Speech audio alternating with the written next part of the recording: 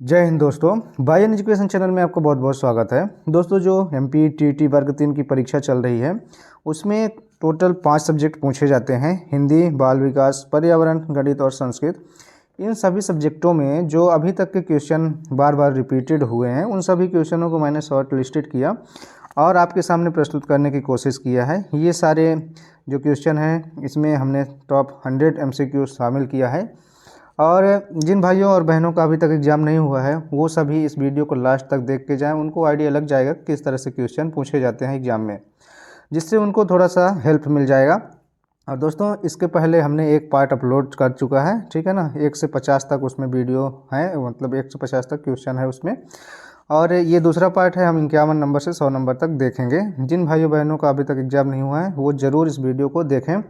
और ये चैनल पे पहली बार आए हैं, चैनल को सब्सक्राइब कर लीजिए, वीडियो को लाइक करिए, अपने दोस्तों में शेयर करिए। चलिए, आपका टाइम ज़्यादा वेस्ट नहीं करेंगे, फटाफट रिवीजन के तौर पे इस वीडियो को बनाए हैं। किसी भी क्वेश्चन में ज़्यादा टाइम हम वेस्ट नहीं करेंगे, ज़्यादा डिटेल्स में नहीं जाएंगे, फटाफट रिवीजन करेंगे। स्टार्ट करते हैं आज का वीडियो। पर्यावरण में पारिस्थितिकी तंत्र का क्या महत्व है। जो पारिस्थितिकी तंत्र होता है उसमें पर्यावरण का क्या महत्व होता है। आपके ऑप्शन इस प्रकार है: यह प्राकृतिक संसाधनों का सही उपयोग करता है। बी, यह जीवों के बीच संतुलन बनाए रखता है। सी, यह केवल जलवायु परिवर्तनों को नियंत्रित करता है। और यह केवल वनस्पतियों का संरक्षण करता है। तो दोस्तों, जो पारिस्थितिकी तंत्र है उसका महत्व इसलिए है क्योंकि यह भिन्न जीवों के बीच संतुलन बनाए रखता है और जीवन के लिए आवश्यक प्रक्रियाओं को संचालित भी करता है। इसलिए इसका सही जवाब हो जाएगा ऑप्शन बी, यह जीवों के बीच संतुलन को बनाकर रखता है। ठीक है, नेक्स्ट क्वेश्चन में चलते हैं। हिंदी साहित्य में काव्य और गद्य के बीच क्या अंतर होता है। अब बताना है कि जो काव्य होता है और गद्य होता है उसके बीच क्या अंतर होता है। तो काव्य क्या होते हैं कि विशेष रूप से भावनाओं और कल्पना का अत्यधिक महत्व होता है। जो काव्यों में भावनाओं और कल्पना का सबसे अधिक महत्व होता है, जबकि गद्य जो होता है उसमें मुख्य रूप से विचार और जानकारी का आदान प्रदान होता है। तो इसका सही जवाब हो जाएगा दोस्तों ऑप्शन बी, काव्य में भावनाएं व्यक्त होती हैं और गद्य में केवल विचार व्यक्त होते हैं। ठीक है, याद रखिएगा। नेक्स्ट क्वेश्चन में चलते हैं। बालकों के शारीरिक विकास के लिए किस प्रकार का भोजन सबसे अधिक उपयुक्त होता है। यदि बालक का शारीरिक विकास हमको ध्यान में रखना है तो उसके लिए किस प्रकार का भोजन उपयुक्त रहेगा। तो बच्चों के शारीरिक विकास के लिए एक संतुलित आहार जिसमें प्रोटीन, विटामिन और खनिज शामिल हो अत्यंत आवश्यक होता है। इसका सही जवाब हो जाएगा दोस्तों ऑप्शन सी, इसका सही जवाब हो जाएगा। नेक्स्ट क्वेश्चन है दोस्तों, संस्कृत साहित्य में वेद कितने होते हैं। आप सभी को पता है वेद कितने होते हैं, जल्दी से कमेंट बॉक्स में लिखिए। तो संस्कृत साहित्य में कितने वेद होते हैं सबको पता होगा जहां तक है, तो ऑप्शन बी इसका सही जवाब हो जाएगा। 4 वेद होते हैं। कौन कौन से होते हैं? ऋग्वेद होता है, यजुर्वेद होता है, सामवेद और अथर्ववेद होता है। तो सबसे पुराना वेद कौन सा है, आप लोग कमेंट बॉक्स में कमेंट करके बताइएगा। नेक्स्ट क्वेश्चन है, गणित में ज्यामिति का क्या अध्ययन किया जाता है।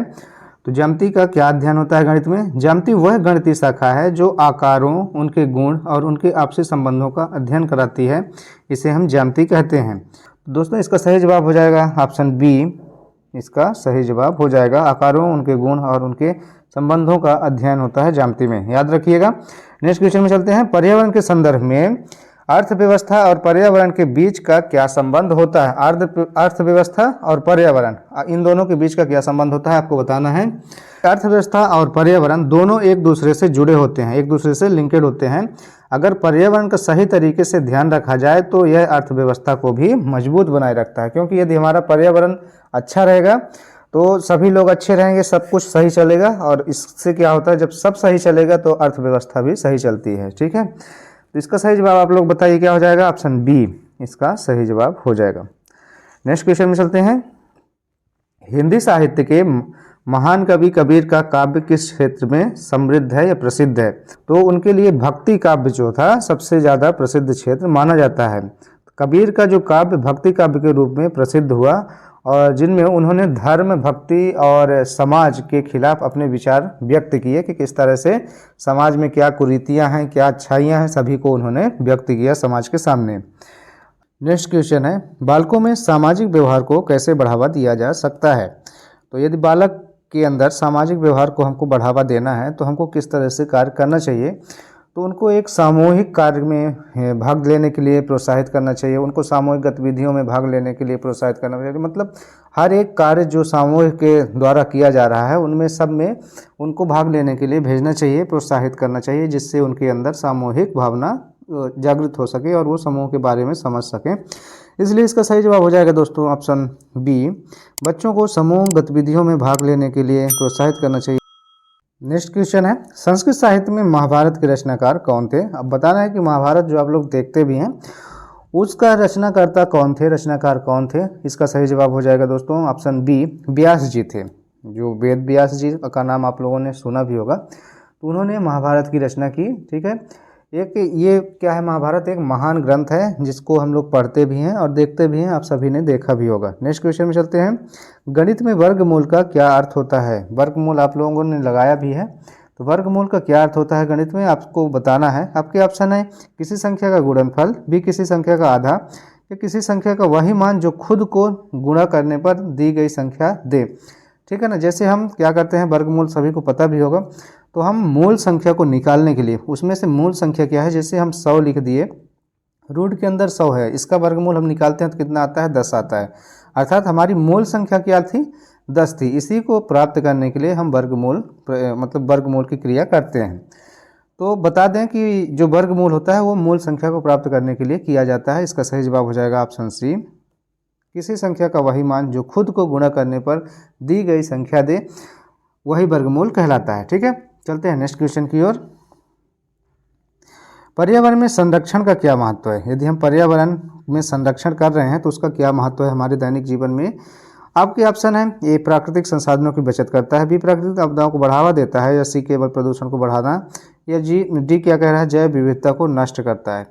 तो पर्यावरण संरक्षण क्या करता है? इसका सही जवाब हो जाएगा दोस्तों ऑप्शन ए, प्राकृतिक संसाधनों का बचत करता है। आप लोगों ने देखा होगा कि पर्यावरण संरक्षण का मुख्य उद्देश्य प्राकृतिक संसाधनों की बचत करना है, ताकि भविष्य में इनका उपयोग संतुलित तरीके से किया जा सके। क्योंकि जो हमारे ख़त्म होने वाले खनिज पदार्थ हैं, जो भी ऐसी चीज़ें हैं जो आगे चल के ख़त्म हो, जैसे कोयला हो गया और पेट्रोल हो गया, ये धीरे धीरे क्या होते हैं, ख़त्म होते जा रहे हैं। तो इन सभी प्राकृतिक संसाधन जो भी हैं उनको बचा के रखना, जिससे भविष्य में उनका उपयोग किया जा सके। पारिस्थितिक तंत्र को बनाए रखने का भी कार्य करता है पर्यावरण। तो इसका सही जवाब हो जाएगा दोस्तों ऑप्शन ए, प्राकृतिक संसाधनों की बचत करना मुख्य उद्देश्य होता है पर्यावरण संरक्षण का। चलते हैं नेक्स्ट क्वेश्चन की ओर। हिंदी साहित्य के प्रसिद्ध कवि रामधारी सिंह दिनकर का उपनाम क्या था? अब उपनाम मतलब दूसरा नाम भी बताना है कि उनका उपनाम क्या था। आप लोगों को पता भी होगा, हो सकता है शायद। इसका सही जवाब हो जाएगा ऑप्शन सी, वीर नाम था। ठीक है, वीर नाम था किनका, रामधारी सिंह दिनकर का। नेक्स्ट क्वेश्चन में चलते हैं, बालकों के मानसिक विकास में किस तत्व का योगदान सबसे महत्वपूर्ण होता है? अब मानसिक विकास अर्थात बुद्धि के विकास में या मन के विकास में उनका किस तरह से, किस चीज़ का, किस तत्व का योगदान सबसे महत्वपूर्ण होता है, आपको बताना है। तो इसका सही जवाब हो जाएगा दोस्तों ऑप्शन सी, बच्चों के मानसिक विकास में चुनौतीपूर्ण गतिविधियां महत्वपूर्ण योगदान देती हैं। यदि हम कोई चुनौतीपूर्ण कार्य करने के लिए देते हैं बच्चों को, तो वो मतलब एक तरह से ऐसी सोच विकसित करते हैं कि उनके मानसिक विकास में वो डायरेक्ट इफेक्ट डालती है, क्योंकि ये उनके सोचने, समझने और समस्या सुलझाने की क्षमता को बढ़ाती है। जैसे कि आप लोग रीजनिंग पढ़ा होगा, रीजनिंग जब पढ़ते हैं तो आपकी सोचने की क्षमता और समझने की क्षमता बढ़ने लगती है, क्योंकि वहाँ माइंड हमारा काम करता है, सोचता है। तो इस तरह के कार्य देना बच्चों को बहुत अच्छा होता है मानसिक के लिए। ठीक है, उनके मतलब बुद्धि बढ़ाने के लिए सबसे बेस्ट कार्य होता है। ठीक है, इसका सही जवाब हो जाएगा दोस्तों ऑप्शन सी, मानसिक रूप से चुनौतीपूर्ण गतिविधियां उनको दी जानी चाहिए। नेक्स्ट क्वेश्चन है, संस्कृत साहित्य में संत काव्य किस प्रकार का काव्य होता है? अब बताना है कि जो संत काव्य संस्कृत में आप लोगों ने शायद सुना हो, कुछ लोगों ने सुना भी नहीं होगा। जो संत काव्य होता है दोस्तों, उसमें भक्ति, समाज सुधारक और मानवता की बात की जाती है। ठीक है ना, उसमें सारी चीज़ें सम्मिलित होती हैं। भक्ति भी सम्मिलित होता है, समाज सुधारक के बारे में विचार भी सम्मिलित होते हैं, और मानवता की भी बात की जाती है। इसे भारतीय संतों द्वारा लिखा भी गया है। मतलब इसको कौन लिखा है? भारतीय जो हमारे भारत के संत हैं उन्होंने ही लिखा गया है, इसलिए इसको हम संत काव्य कहते भी हैं। ठीक है, तो इसका सही जवाब हो जाएगा ऑप्शन ए, भक्ति और समाज सुधारक विचारों से भरा हुआ ये काव्य होता है, जिसे हम संत काव्य कहते हैं, याद रखिएगा। नेक्स्ट क्वेश्चन है, गणित में जोड़ का क्या परिणाम होता है? गणित में जोड़ तो सभी लोगों ने किया भी होगा, तो उसका क्या परिणाम होता है आपको बताना है। इसका सही जवाब हो जाएगा ऑप्शन सी, एक बड़ी संख्या मिलती है। आप लोगों ने देखा भी होगा कि छोटी छोटी संख्याओं को हम जोड़ते जाते हैं और लास्ट में हमको क्या मिलता है, एक बड़ी संख्या मिलती है। इसका सही जवाब ऑप्शन सी हो जाएगा, एक बड़ी संख्या मिलती है। नेक्स्ट क्वेश्चन में चलते हैं। दोस्तों, आपको ये वीडियो कैसा लग रहा है, मेरा बताने का तरीका आपको कैसा लग रहा है? यदि आपको कुछ अलग तरीके से समझाने का मतलब आपको लगता है इस तरह से समझाएं तो हमको अधिक समझ में आएगा, तो अपनी राय आप लोग कमेंट बॉक्स में ज़रूर कमेंट करें। चलिए चलते हैं क्वेश्चन की तरफ। और वीडियो अच्छा लग रहा होगा तो एक लाइक आप अपना प्रदान जरूर किया करें, उससे हमारा मनोबल बहुत बढ़ जाता है। दोस्तों, पर्यावरण में पारिस्थितिकी संतुलन का क्या अर्थ होता है? जो पारिस्थितिकी संतुलन होता है, संतुलन बनाए रखना, तो उसका क्या अर्थ होता है आपको बताना है। तो पारिस्थितिक संतुलन का अर्थ है जीवन के सभी रूपों, मनुष्य, पशु, पौधों और अन्य जीवों के बीच एक संतुलन बनाए रखना। सभी जितने भी हमारे पृथ्वी पे जीव हैं उन सभी के बीच एक संतुलन बनाए रखना क्या कहलाता है? पारिस्थितिक संतुलन कहलाता है। ठीक है ना, जिससे पारिस्थितिक तंत्र स्वतंत्र रह सके, उससे बहुत लाभ होता है। दोस्तों, तो इसका सही जवाब हम क्या बता सकते हैं? ऑप्शन ए इसका सही जवाब हो जाएगा। जीवन जो भी जीवन के सभी रूपों के बीच संतुलन बनाए रखना, जितने भी जीव हैं उन सभी के बीच संतुलन बनाए रखना होता है। ठीक है। अगला क्वेश्चन कह रहा है हिंदी साहित्य में गद्य का क्या मतलब है? गद्य और पद्य दो चीज़ आप लोगों ने पढ़ी भी होगी। तो गद्य का हमारे हिंदी साहित्य में क्या मतलब होता है? तो गद्य वह साहित्य है जिसमें कोई छंद या नियम नहीं होते, कोई नियम और कोई छंद नहीं होता। जैसे निबंध, कहानी और लेख जो होता है, आप लोगों ने पढ़ा भी होगा पिछली कक्षाओं में कि उनमें कोई लेख नहीं होता, कोई छंद नहीं होता, वो सबसे परे होते हैं। उसी को हम क्या कहते हैं? गद्य रूप कहते हैं। इसका सही जवाब चला जाएगा ऑप्शन बी की तरफ। बिना छंद और नियमों के लिखे गए साहित्य क्या कहलाते हैं? गद्य कहलाते हैं। याद रखिएगा, सारे क्वेश्चन क्या है, इंपॉर्टेंट हैं, आपके एग्जाम के लिए बहुत इंपॉर्टेंट क्वेश्चन है। बाल विकास में संज्ञानात्मक विकास का क्या अर्थ है? अब बाल विकास का क्वेश्चन आ गया। संज्ञानात्मक विकास का क्या अर्थ है बाल विकास में, आपको बताना है। तो संज्ञानात्मक विकास का मतलब है दोस्तों, बच्चों की सोचने, समझने और नई जानकारी को ग्रहण करने की क्षमता ही क्या कहलाती है? संज्ञानात्मक विकास कहलाता है। इसका ऑप्शन सी सही जवाब हो जाएगा। बच्चों का सोचने, समझने और सीखने की क्षमता का विकास होना ही संज्ञानात्मक विकास कहलाता है बच्चों के अंदर। नेक्स्ट क्वेश्चन में चलते हैं। संस्कृत में अलंकार का क्या अर्थ है? अब अलंकार तो आप लोग सभी जानते भी हैं कि अलंकार मतलब अलंकृत करना, किसी को सजा देना। ठीक है, तो अलंकार कहलाता है। तो संस्कृत में, संस्कृत की भाषा में आप लोग अलंकार को किस तरह से समझते हैं ये पूछ रहा है। तो जो अलंकार होता है एक काव्य शास्त्र का सिद्धांत है। ठीक है, जिसमें शब्दों और वाक्यों को सुंदर और प्रभावी बनाने के लिए विशेष रूप से उनका उपयोग किया जाता है। जैसे रूपक, उत्प्रेक्षा, ये सभी क्या है? अलंकार हैं। तो किसी काव्य या वाक्य का, शब्द का, उसका सुंदर रूप ही क्या कहलाता है? अलंकार कहलाता है। ठीक है, चलते हैं अगले क्वेश्चन की तरफ। गणित में वर्ग का क्या मतलब होता है? आप लोग वर्ग पढ़े भी होंगे, तो वर्ग का गणित के लिए क्या मतलब होता है? तो गणित में वर्ग का मतलब है कि किसी संख्या का खुद से गुणा कर देना। जैसे 2 का वर्ग हम क्या लिखते हैं? 2 बराबर 2 का वर्ग क्या हो जाएगा? 2 गुणे 2, मतलब उसी संख्या का उसी संख्या के साथ गुणा कर देना ही वर्ग कहलाता है। तो किस में चला जाएगा इसका सही जवाब? ऑप्शन सी इसका सही जवाब हो जाएगा। किसी संख्या का खुद से गुणा कर देना ही वर्ग कहलाता है। नेक्स्ट क्वेश्चन में चलते हैं। पर्यावरण में प्राकृतिक संसाधन का क्या अर्थ होता है? प्राकृतिक संसाधन क्या होते हैं सभी को बताना भी है। प्राकृतिक संसाधन वे संसाधन होते हैं जो प्रकृति से प्राप्त होते हैं। सिंपल सा है, आपको परिभाषा से भी समझ में आ जाएगा प्राकृतिक संसाधन क्या कहते हैं, नाम से भी पता चलता है। और जीवन के लिए आवश्यक भी होते हैं, जैसे जल, वायु, खनिज और वनस्पतियाँ, ये सारे क्या हैं? प्राकृतिक संसाधन होते हैं। तो इसका सही जवाब हो जाएगा ऑप्शन बी। प्राकृतिक रूप से उपलब्ध चीज़ें जो जीवन के लिए आवश्यक हैं, आवश्यक ही नहीं बहुत ही आवश्यक हैं, जिसके बिना हमारा जीवन संभव नहीं है, वो सारी चीज़ें क्या कहलाती हैं? प्राकृतिक संसाधन कहलाती हैं। चलते हैं नेक्स्ट क्वेश्चन की ओर। हिंदी साहित्य में सूर्यकांत त्रिपाठी निराला का योगदान क्या था? जो हिंदी साहित्य में सूर्यकांत त्रिपाठी निराला कवि जी हैं, उनका योगदान क्या था हिंदी साहित्य के अंदर, बताना है। जो सूर्यकांत त्रिपाठी निराला थे वो छायावाद काव्य धारा की स्थापना की थी। ठीक है, जो भावनाओं और विचारों की गहरी अभिव्यक्ति के रूप में जानी जाती है। ठीक है, एक तरह से ये छायावादी कवि हैं, माने जाते हैं। तो इसका सही जवाब हो जाएगा दोस्तों ऑप्शन बी। उन्होंने छायावाद काव्यधारा की स्थापना की थी। नेक्स्ट क्वेश्चन में चलते हैं। बालकों के भावनात्मक विकास के लिए किस प्रकार का वातावरण उपयुक्त होता है? यदि भावनात्मक विकास करना है, माइंडसेट उनका विकास करना है उनमें, तो किस तरह की वातावरण उनको चाहिए बताना है। तो बच्चों की भावनात्मक विकास के लिए सबसे अच्छा ऐसा उनके लिए वातावरण होना चाहिए जिससे वो सीख सकें, समझ सकें, जिसमें उनको प्यार, समर्थन और समझ हो, ताकि वे मानसिक रूप से स्वस्थ और आत्मविश्वासी बन सकें। मतलब ऐसा वातावरण हो कि हर तरह से उनको सहयोग मिले, सपोर्ट मिले, कोई उनकी आलोचना न करे। कभी कभी होता है कि यदि हम कम नंबर आ गया किसी विषय में तो हमारे घर में इतनी डांट पड़ती है कि हमारा आत्मबल उसी से मतलब गिर जाता है कि अब हम कुछ नहीं कर सकते। तो ऐसा नहीं करना चाहिए बालकों के अंदर। उनको समझाना चाहिए कि बेटा अभी कम आया है, तुम कोशिश करो, तुम कर सकते हो।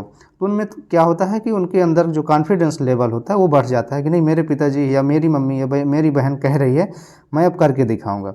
ऐसा नहीं होना चाहिए कि तुरंत उसके मनोबल को गिरा दो, वो आगे चल के मतलब वो समझ जाए कि नहीं मेरे से अब नहीं होगा। तो ऐसा नहीं करना चाहिए। ठीक है, चलते हैं नेक्स्ट क्वेश्चन पे।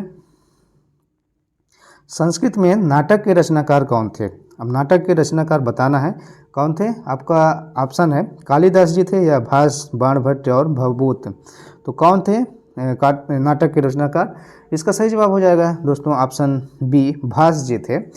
संस्कृत साहित्य में भास नाटक के प्रसिद्ध रचनाकार के रूप में उभरते हैं। उनके नाटक ने संस्कृत नाटक साहित्य में महत्वपूर्ण योगदान दिया। मतलब बहुत अच्छा नाटक के मतलब नाटक साहित्य में उन्होंने इतना अच्छा योगदान दिया कि मतलब एक तरह से वो प्रसिद्ध हो गए संस्कृत साहित्य में।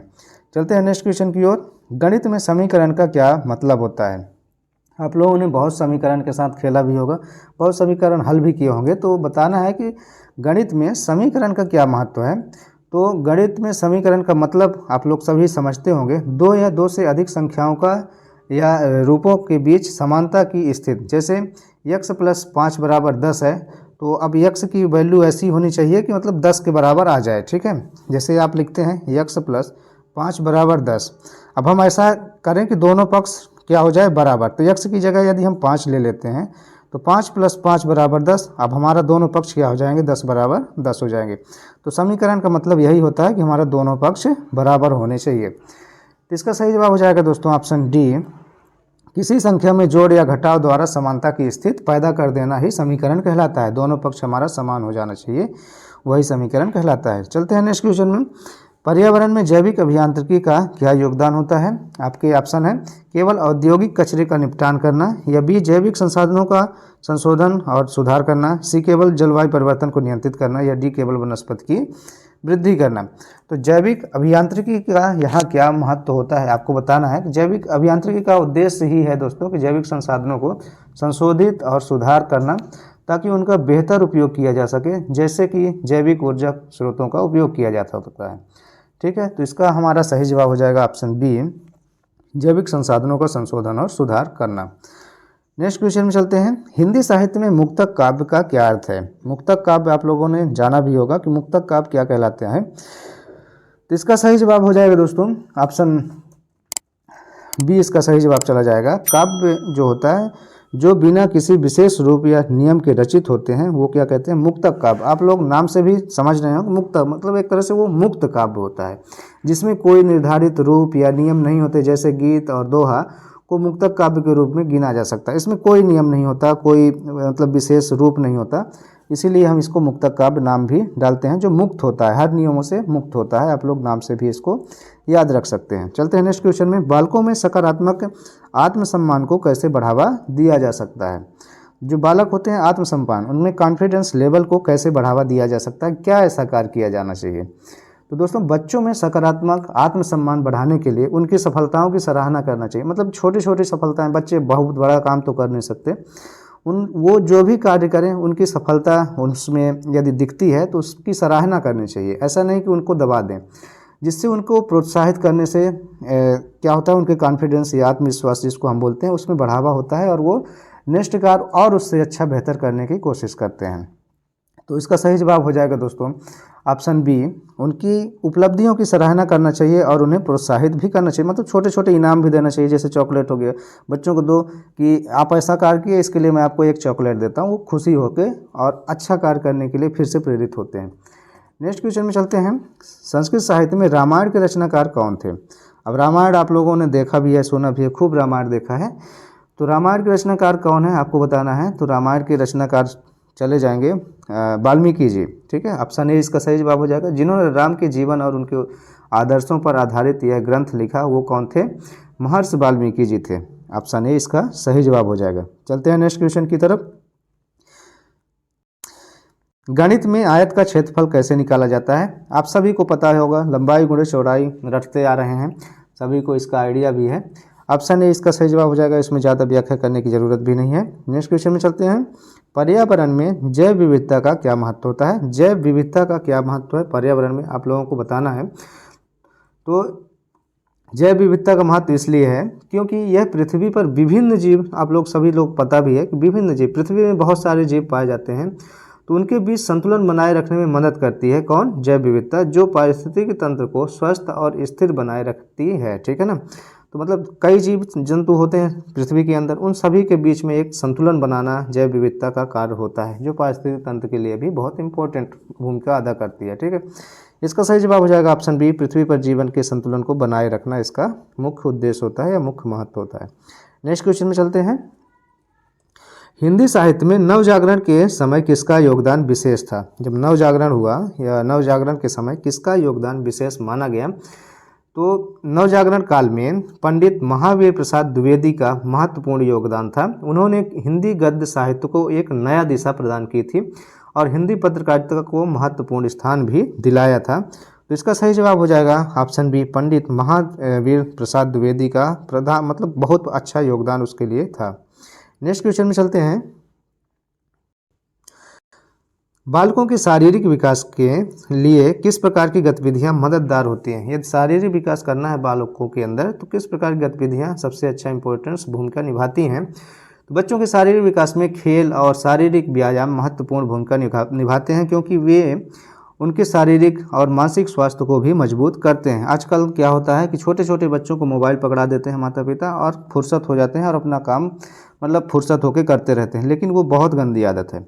बच्चे क्या होते हैं कि जब तक खेलते नहीं हैं, फिजिकली खेलते नहीं हैं, तो फिजिकली फिट भी नहीं होते हैं, उनका मानसिक और शारीरिक सभी कमज़ोर होता है। ठीक है, इसलिए हमको क्या करना चाहिए कि बच्चों को खेलने के लिए प्रोत्साहित करना चाहिए। इससे उनके मानसिक और शारीरिक सभी स्वास्थ्य संतुलित होते हैं, अच्छे होते हैं। इसका सही जवाब हो जाएगा दोस्तों ऑप्शन सी, खेल और शारीरिक व्यायाम बहुत ज़रूरी हैं बच्चों के लिए ही नहीं, सभी के लिए व्यायाम तो ज़रूरी ही है। नेक्स्ट क्वेश्चन में चलते हैं। संस्कृत साहित्य में काव्य शास्त्र का क्या महत्व होता है? जो काव्य शास्त्र है संस्कृत में उसका क्या महत्व है? तो काव्य शास्त्र वह शास्त्र होता है जो कविता लिखने के नियम और सिद्धांतों का अध्ययन कराता है। ठीक है ना, इसमें छंद, अलंकार, रस और अन्य काव्य तत्वों की विवेचना की जाती है। ठीक है ना, मतलब काव्य शास्त्र क्या हमको सिखाता है, किस तरह से कविता लिखना है, किस तरह से उसमें छंद, अलंकार, रस सभी का उपयोग करना है, सभी ये कलाएं सिखाता है, यही काव्य शास्त्र कहलाता है। इसका सही जवाब हो जाएगा दोस्तों ऑप्शन ए, यह कविता लिखने का एक विज्ञान है। ठीक है ना, सारे नियम इसके अंतर्गत आते हैं। नेक्स्ट क्वेश्चन में चलते हैं। गणित में द्रव्य का क्या महत्व होता है? अब द्रव और द्रव्य दोनों चीज होती हैं, क्या अंतर है आप लोग कमेंट बॉक्स में जरूर कमेंट करके बताएं। द्रव एक होता है द्रव, सीधे ऐसे लिखा जाता है, और दूसरा अभी जो लिखा है द्रव्य लिखा है। जो इन दोनों में क्या डिफरेंस है आप लोग बताइएगा। ठीक है, किसको पता है आप लोग बताइए, उसका नाम मैं नेक्स्ट वीडियो में अनाउंस जरूर करूंगा जो सही बताएगा। तो इसका क्या मतलब है आपको बताना है। द्रव्य का मतलब होता है किसी वस्तु का वजन या उस पदार्थ की मात्रा जिसे मापा जा सकता है। यह भौतिक विज्ञान में महत्वपूर्ण योगदान देता है। ठीक है ना, तो इसका सही जवाब किस में चला जाएगा ऑप्शन सी में। किसी वस्तु का वजन क्या कहलाता है? द्रव्य कहलाता है। एक तो मैंने बता दिया, और द्रव्य को आप लोग बताइएगा, सभी को पता भी होगा जहाँ तक है। तो नेक्स्ट क्वेश्चन है। पर्यावरण में वनों की अंधाधुंध कटाई का क्या परिणाम हो सकता है हमारे जीवन में? बताना है। आपके ऑप्शन है जलवायु परिवर्तन में कमी हो सकती है, या पर्यावरण संकट और जैव विविधता में कमी हो सकती है, प्राकृतिक संसाधनों की अधिकता हो सकती है, या डी केवल पशु जनसंख्या में वृद्धि होगी। तो इसका सही जवाब हो जाएगा दोस्तों ऑप्शन बी, पर्यावरण संकट और जैव विविधता में कमी हो सकती है। इससे क्या होता है, यदि वनों की कटाई होती है तो कई जीव जंतुओं के आवास भी नष्ट हो जाते हैं, और मतलब सभी तरह से नुकसान ही नुकसान होता है। इसलिए बोलते हैं कि पर्यावरण यदि बचाना है तो वृक्ष की कटाई रोकना पड़ेगा। चलते हैं नेक्स्ट क्वेश्चन पे। हिंदी साहित्य में हास्य का क्या योगदान होता है? हास्य मतलब हंसी जो काव्य होता है जिससे हमको हंसी आती है, हमारा मन प्रसन्न होता है, तो उसका हमारे साहित्य में क्या योगदान है बताना है। आपके ऑप्शन है, यह केवल मजाक करने के लिए होता है, या बी, यह समाज में सुधार लाने के लिए होता है, सी, यह नाटक और काव्य में भावनाओं को व्यक्त करने का एक तरीका होता है, या डी, यह गद्य लेखन का एक हिस्सा नहीं होता। तो इसका सही जवाब हो जाएगा दोस्तों ऑप्शन बी, यह समाज में सुधार लाने के लिए भी होता है। ठीक है, चलते हैं अगले क्वेश्चन में। बालकों में समाज सेवा के प्रति रुचि कैसे बढ़ाई जा सकती है? यदि कोई बालक है उसमें समाज सेवा के प्रति यदि हमको जागरूक करना है या रुचि बढ़ाना है उसकी, तो हम कैसे, किस प्रयास के द्वारा उसको हम बढ़ा सकते हैं? तो बच्चों में समाज सेवा की रुचि बढ़ाने के लिए उन्हें प्रेरित किया जाना चाहिए कि वे समाज में सकारात्मक बदलाव के लिए सक्रिय रूप से योगदान दे सकें। ठीक है, हर काम में उनको सहयोग देने के लिए प्रोत्साहित करना चाहिए, जिससे वो मतलब समाज से जुड़ सकें। इसका सही जवाब हो जाएगा दोस्तों ऑप्शन बी, उन्हें समाज में बदलाव लाने के लिए प्रोत्साहित करते रहना चाहिए। अगला क्वेश्चन है, संस्कृत साहित्य में उपदेश काव्य, जो उपदेश काव्य है उसका क्या अर्थ है? आपके ऑप्शन है, ए प्रेम काव्य, बी नीति और उपदेश देने का काव्य होता है, और सी धार्मिक काव्य, या डी युद्ध और वीरता पर आधारित काव्य। तो किस प्रकार का काव्य है ये, इसका क्या अर्थ होता है? इसका सही जवाब हो जाएगा ऑप्शन बी, नीति और उपदेश देने वाला काव्य ये होता है, जिसमें जीवन की सभी दिशा, नीति और नैतिक शिक्षा दी जाती है। इसे समाज को मार्गदर्शन देने के लिए लिखा जाता है। ठीक, अब चलते हैं अगले क्वेश्चन की ओर। गणित में गुणनफल का क्या अर्थ होता है? आपके ऑप्शन है, दो संख्याओं का योग, बी दो संख्याओं का गुणन, सी किसी संख्या का आधा, या डी किसी संख्या का विभाजन। सभी को पता भी है दो संख्याओं का गुणन ही क्या कहलाता है, हमारा गुणनफल कहलाता है। इसमें ज़्यादा व्याख्या करने की जरूरत नहीं है। पर्यावरण में वायु प्रदूषण में मुख्य क्या कारण होता है? वायु प्रदूषण के मुख्य कारण क्या है आपको बताना है।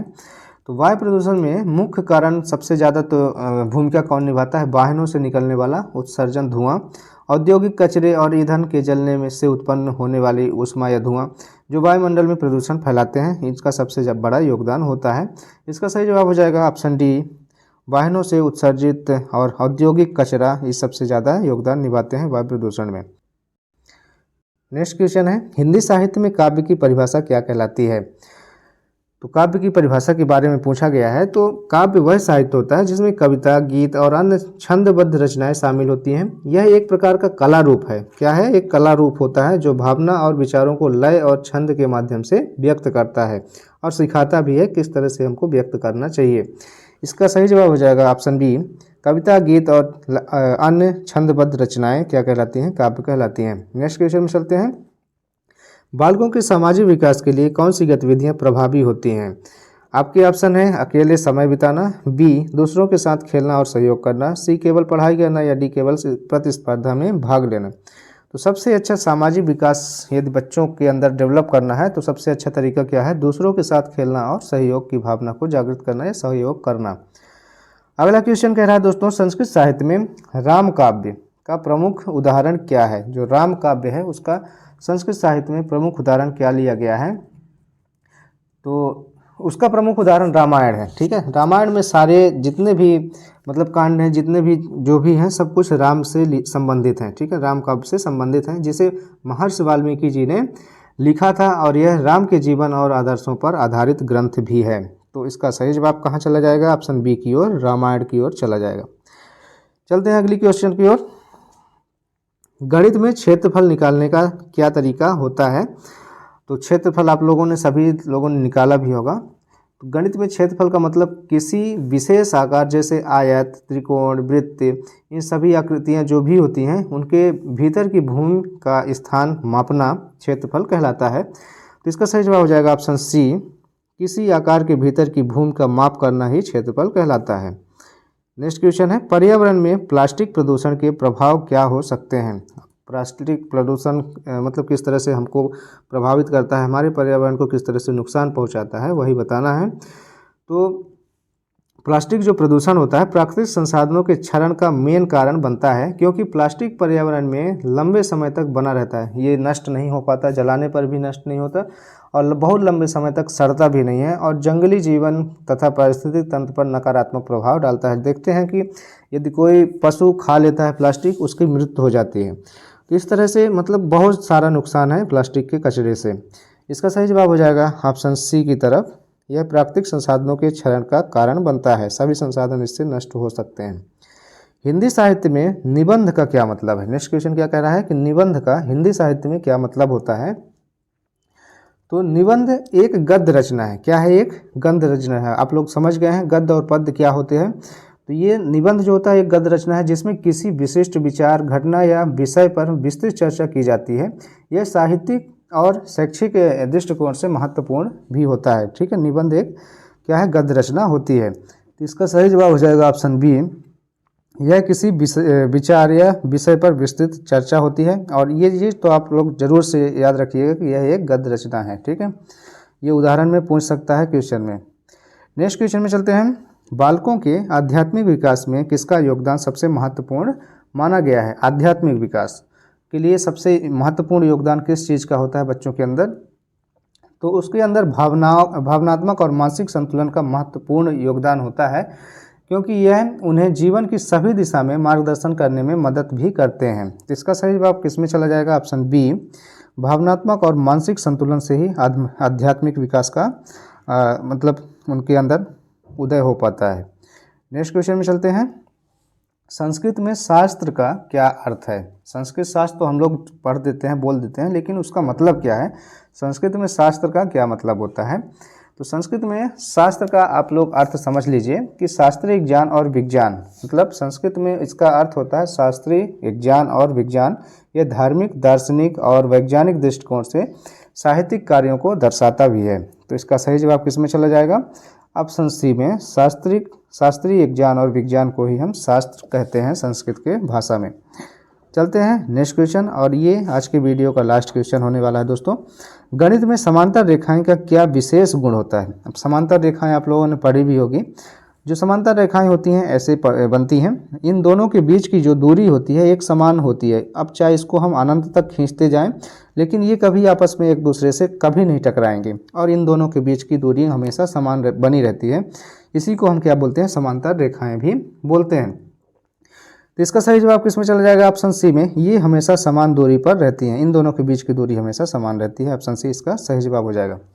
तो दोस्तों ये थे आज के टॉप 50 क्वेश्चन। इसके पहले के हम 50 क्वेश्चन कर लिए थे, टोटल मिला के 100 क्वेश्चन हो चुके हैं आज से। तो ये वीडियो आपको कैसा लगा आप लोग कमेंट बॉक्स में ज़रूर कमेंट करिएगा।